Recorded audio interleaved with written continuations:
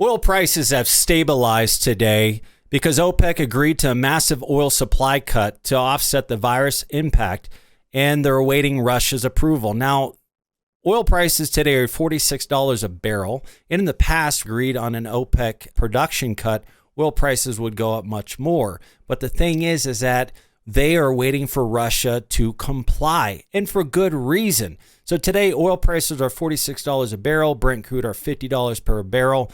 And if you look here, against a backdrop of ebbing energy demand as the coronavirus outbreak sweeps the globe, OPEC on Thursday agreed to cut the output by an extra 1.5 million barrels per day in the second quarter of this year, but only if Russia joins in. The oil demand outlook has been hit hard by measures to halt the spread of the virus, but the kingdom and the other cartel members have struggled to persuade Russia to support the move. Moscow has until now indicated it would back an extension, but not a new cut. In the past, Russia has hesitated in joining OPEC in cuts only to sign on the last minute. Ministries from OPEC Plus meeting on Friday in Vienna. So this Friday, they're going to be meeting to discuss this thing, and they're waiting for Russia to comply. And here's why. Okay, so what is OPEC? All right, let's answer that question. OPEC Plus is a group of 24 oil-producing nations made up of 14 members of the Organization of Petroleum Exporting Countries, OPEC, and 10 other non-OPEC members, including Russia. Okay, the OPEC bloc is nominally led by Saudi Arabia, the group's largest oil producer, while Russia is the biggest player. If you look at this map here, it shows all the OPEC Plus countries, and they all come together and they agree to oil production output cut in order to stabilize oil prices. They've been doing it for years. OPEC accounts for around 1/3 of the world's oil supply. Okay. And so the two top producers, Saudi Arabia and Russia, agreed to bear the brunt of the cuts. Okay. So they're going to cut back the most out of all the countries. However, the two countries have diverged when it comes to meeting their quotas. Saudi Arabia, the deal's main cheerleader, has cut production by more than 850,000 barrels a day alone. Russia, meanwhile, has been overproducing by 250,000 barrels per day in the third quarter. So right here, they're overproducing. That minus 249,000, they're overproducing 249,000 barrels a day. Now, Saudi Arabia has complied under 859,000.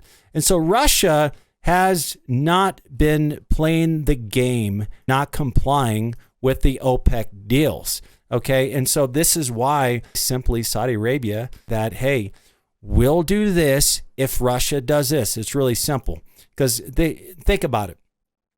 When you cut back on a product and Russia keeps selling that same product, who do you think is going to buy that product from Russia if they can't buy it from Saudi Arabia? So Saudi Arabia is losing clients and they're losing market share, okay? And so why would Saudi Arabia cut back production while Russia keeps producing it, especially if they have an agreement?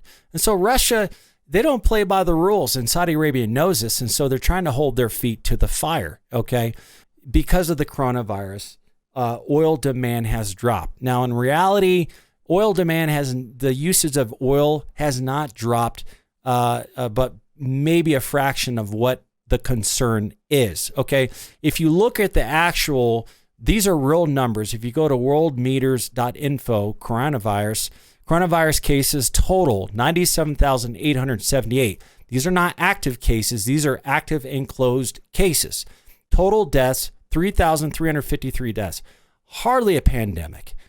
Over 54,000 people recovered. Okay. Now, if you look here, closed cases, this is a graph.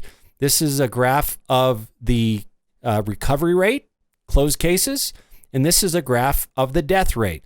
As you can see, the recovery rate is increasing and the death rate is lowering. Okay. Now, here's the thing.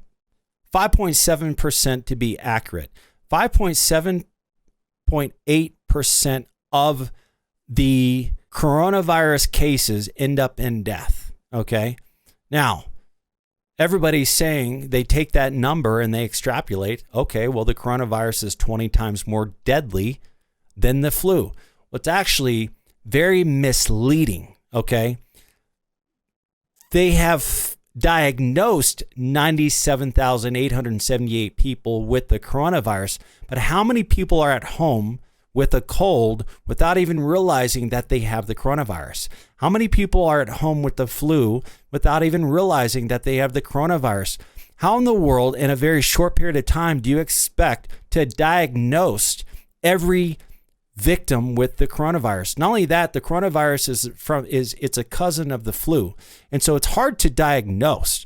And so they're taking the extreme cases because those are the easiest ones to diagnose. And those are the people that are going to the doctor. Do you go to the doctor when you have the flu? Do you go to the doctor when you have the cold? Sometimes. I don't ever go to the doctor. If I get the flu, I'm drinking soup, I'm taking vitamins, and I'm resting. I don't go to the doctor, okay? But a lot of people, they're staying home with the coronavirus without even realizing it because there's such mild cases, okay? So there's really no way to know just how many coronavirus cases there are.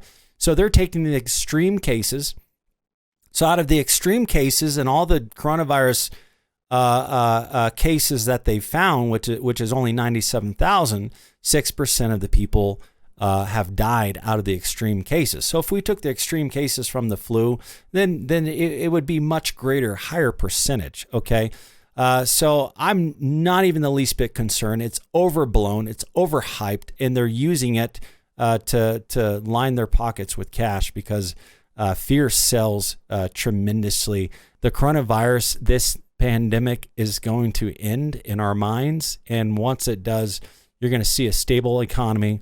It'll be interesting to see what Russia decides to do tomorrow in Vienna if they decided to agree.